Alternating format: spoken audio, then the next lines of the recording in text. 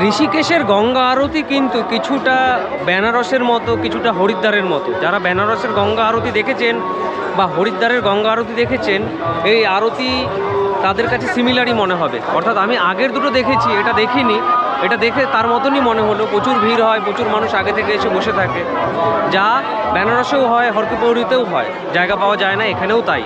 কিন্তু গঙ্গার আরতির পদ্ধতিগুলো মোটামুটি সেম, একই রকম। আরতি শুরু হয়ে গেছে, 7টায় শুরু হওয়ার কথা, আর এখানে 7টায় অন্ধকার হয় না, প্রচুর লোক আরতি করছে। ঋষিকেশের গঙ্গা আরতি। বাবা, এখানে সিট আর পাওয়া যাবে না। চলো চলো।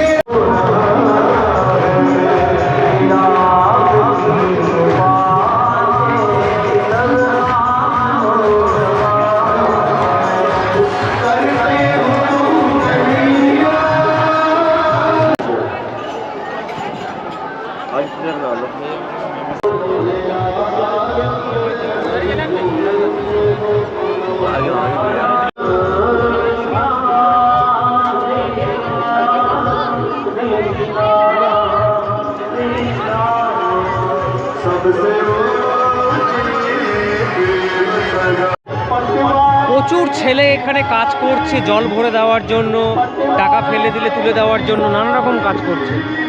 এই দেখুন লোকাল ছেলে এরা। এই যে ছেলেগুলো দেখছেন স্টিলের রেলিংয়ের ওপারে, এরা এখানে পয়সা তোলার উদ্দেশ্যে দাঁড়িয়ে আছে। কাউকে কাউকে জল ভরে দিচ্ছে, তার বিনিময়ে পয়সা নিচ্ছে।